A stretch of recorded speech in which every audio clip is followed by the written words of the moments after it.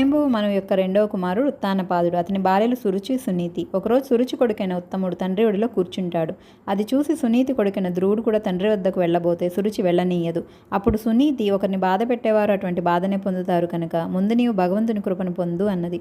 ధ్రువుడు యమునా తీరంలో మధువనంలో తపస్సు చేస్తాడు. విష్ణుమూర్తి ప్రత్యక్షమై, అన్ని గ్రహ నక్షత్ర ప్రదక్షిణలు చేసే ధ్రువలోకాన్ని నీకు ఇస్తున్నాను, సమస్త సుఖాలు అనుభవించి నన్ను చేరుకుంటావని చెప్తారు.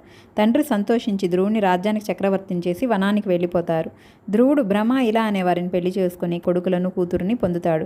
హిమాలయాలకు వెళ్లిన సురుచి కొడుకైన ఉత్తముడిని యక్షుడు చంపాడన్న వార్త విని ధ్రువుడు కోపంతో యక్షులతో యుద్ధం చేసి అందరినీ చంపేస్తుంటాడు.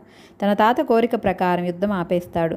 అలా 36,000 సంవత్సరాలు భూమిని పాలించి భగవద్ధామానికి చేరుకుంటాడు. ఈ కథను పౌర్ణమి అమావాస్యలో కానీ, ద్వాదశి శ్రవణ నక్షత్రం లేదన్న ప్రత్యేక తేదీ చివరిలో, మాసాంతంలో లేదా ఆదివారం కీర్తించినా విన్నా సంపద, యశస్సు, దీర్ఘాయుష్యు కలిగి వారు స్వర్గాన్ని చేరుకుంటారని, పూర్ణత్వాన్ని పొందుతారని భాగవతం చెప్తుంది.